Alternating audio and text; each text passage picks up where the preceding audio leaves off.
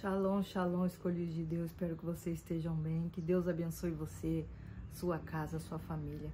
Que a paz do Senhor esteja sobre ela e que as bênçãos se venham se multiplicar. Glória a Deus e graças a Deus.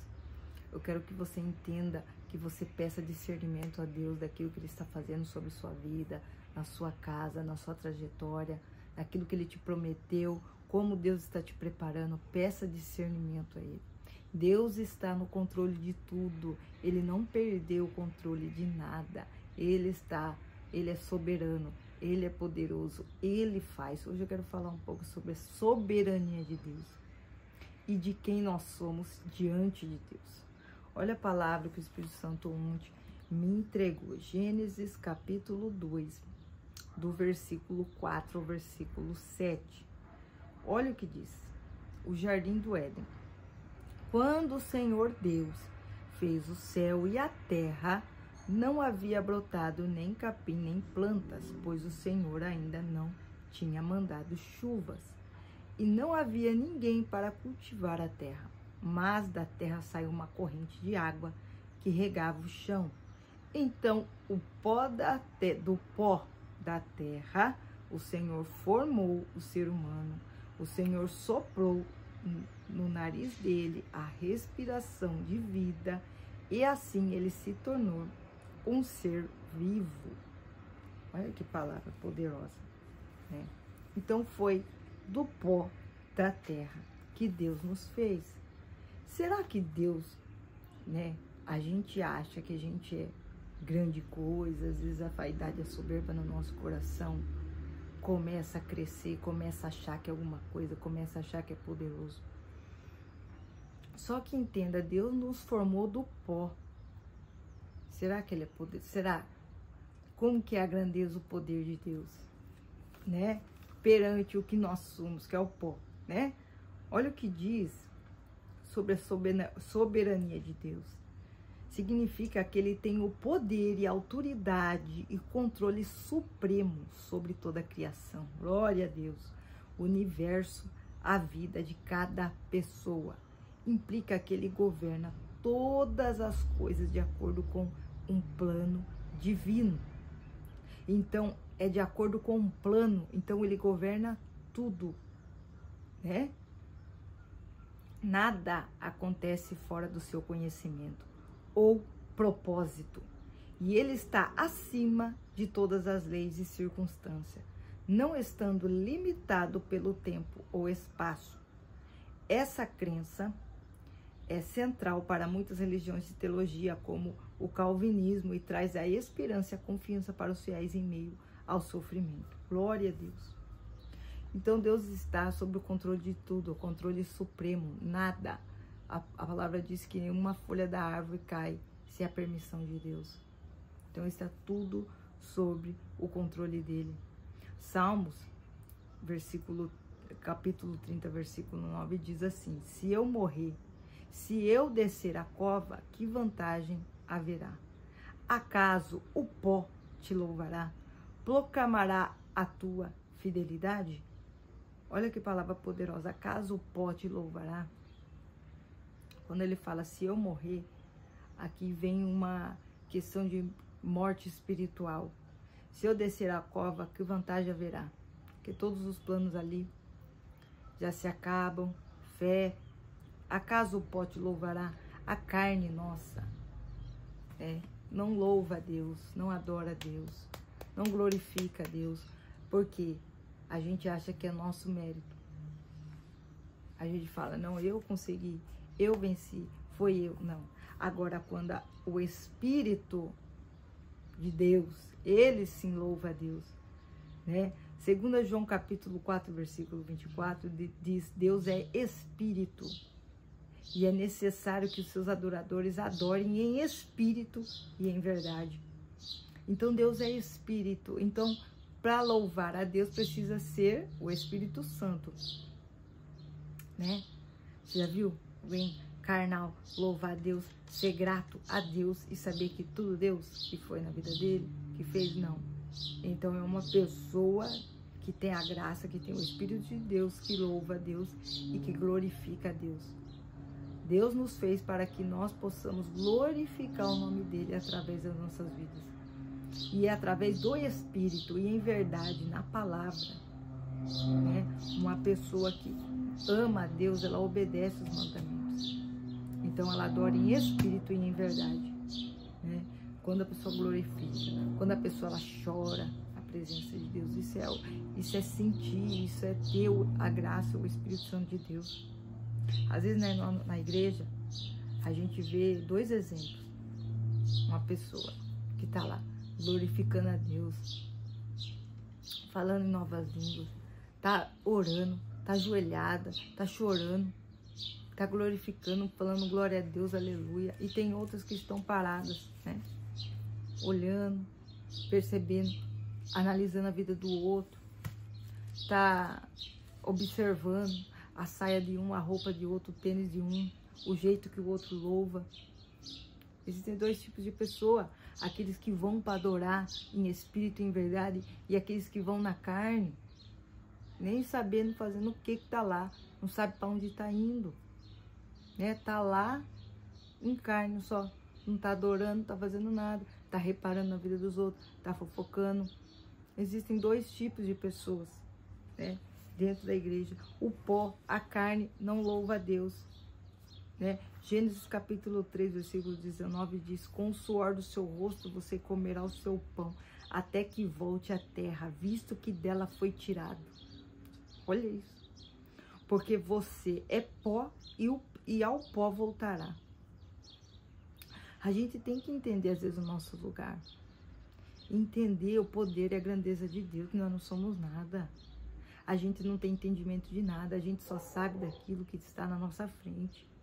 A gente só sabe daquilo que a gente está vendo. Por isso que a gente tem que levar a Deus, pedir discernimento. É tudo pela graça. Não é porque a gente sabe. Não é porque nós somos melhores. Em tudo nós temos que ter misericórdia. Eclesiastes capítulo 12, versículo 7 diz: o pó volte à terra de onde veio, o espírito volte a Deus que o deu. Então, o que é da carne vai voltar para o pó, né? Vai voltar para o pó, porque não presta, não muda nada, não adianta nada. Mas o espírito que Deus deu vai voltar para ele. Então, vamos entender, né, que é por graça, é pelo Espírito de Deus. O reino de Deus é pelo Espírito, não é na carne, que a carne é pó. Então nós temos que ter a graça para fazermos o reino de Deus pelo Espírito, adorar a Deus em Espírito. A carne não consegue louvar a Deus, a carne murmura, a carne começa a reclamar, a carne não tem fé, começa a ver problema nas coisas, começa a ver dificuldade. Porque a carne é incrédula, ateu, né? Não crê, não vê, não sabe, não entende. A palavra diz que o mundo não consegue nem ver, e nem sentir e nem saber quem é a graça de Deus. Isso é o pó, é a carne. Por isso que a carne não crê, a carne não acredita, a carne não tem fé. A carne olha e começa a focar no problema, foca, os olhos só estão para as coisas ruins, não para as coisas boas. Não, vai acontecer, não, vamos ter fé, Deus vai fazer alguma coisa. A carne, só coisas negativas, murmuração, reclamação, ingratidão. Isso é a carne, isso é o pó. Salmo 146, versículo 4 diz: quando o espírito deles se vai, eles voltam ao pó. Naquele mesmo dia acabam os seus planos. Acaba, né? Não tem mais, não tem promessa, não tem mais nada. Por quê? Mas a palavra, quando ela diz a palavra de Deus permanece para sempre, o Espírito de Deus é a palavra. Então essa permanece para sempre. Mas o pó, né, volta para onde veio, que é a carne nossa. Então, a gente tem que saber, ter o discernimento. Às vezes a gente está em um momento que a gente já teve uma morte espiritual, o pecado entrou, né, A gente perde a ligação com Deus, já está perdido, já não sabe para onde está indo. Já está murmurando, já está sem fé, já não está acreditando. Aí Deus fez a promessa, já não está mais, já oscila, né? Aí não vai acontecer mais. Não tem como mais. Porque já está perdendo a fé, já está na carne. É por isso que a gente tem que buscar os exercícios da vida espiritual, para que a gente se conecte com Deus, tenha discernimento das coisas que estamos fazendo, das coisas que precisamos melhorar, das coisas que precisam ser ajustadas, das coisas que precisam se arrepender, para que a gente volte à vida. João capítulo 6, versículo 63 diz: o Espírito da vida, a carne não produz nada que se aproveite. As palavras que eu disse são Espírito e vida. Jesus dizendo, as palavras que eu disse são Espírito e vida. As palavra de Deus vai dar vida, vai dar fé, esperança, alegria, gratidão. Né? Mas a carne não produz nada que se aproveite. Então, se a gente está bem, se a gente está com fé, se a gente está acreditando, é a graça. É o Espírito de Deus. Isso é Deus na nossa vida.